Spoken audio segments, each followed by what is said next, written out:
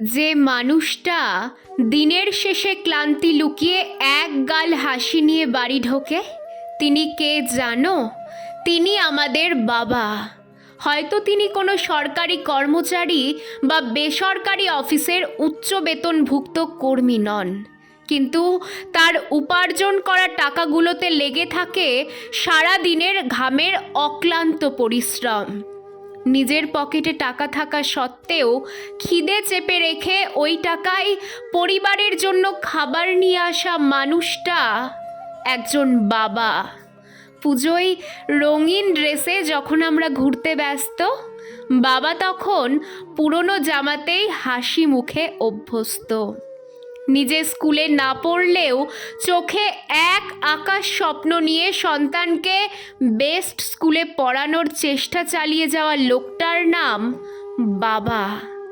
নিজের উপার্জনের টাকায় সবার চাহিদা মেটানোর অন্য আর এক নাম বাবা।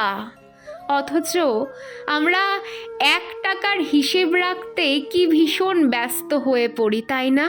আর ওই মানুষটা নিঃশব্দে নিজের সবটুকু উপার্জন হাসি মুখে বিলিয়ে দেন। ভিড় রাস্তায় কাঁধে চড়িয়ে সন্তানকে আগলে রাখা মানুষটাও বাবা। মেয়ের বিয়ের পর সব থেকে কষ্ট পাওয়া মানুষটা হলেন বাবা। একজন ছেলের পড়াশোনার খরচের জন্য সবটুকু উজাড় করে দিয়ে নিজের শরীরের গুরুত্বপূর্ণ অপারেশনটা লেটে করানো মানুষটা একজন বাবা। মুখ ফুটে চাওয়ার আগেই চাহিদা বুঝে যাওয়া মানুষটার নাম বাবা। সন্তানের সব রাগ, কঠোর বাক্য হাসি মুখে নিশ্চুপে শুনে যাওয়া মানুষটি হলো বাবা। পুত্র সন্তানের থেকেও কন্যা সন্তানকে বেশি ভালোবাসা মানুষটাও একজন বাবা। পরিবারকে ভালো রাখার অপর নাম বাবা। সব বিপদ, ঝড়, জল, বৃষ্টি উপেক্ষা করে দিনের শেষে ঘামে ভেজা অমূল্য কাগজের নোটগুলো নিয়ে বাড়ি ঢোকা মানুষটার নাম একজন বাবা। নিজে অভুক্ত থেকে সন্তানের পছন্দের খাবার কিনে আনা মানুষটা হলেন বাবা।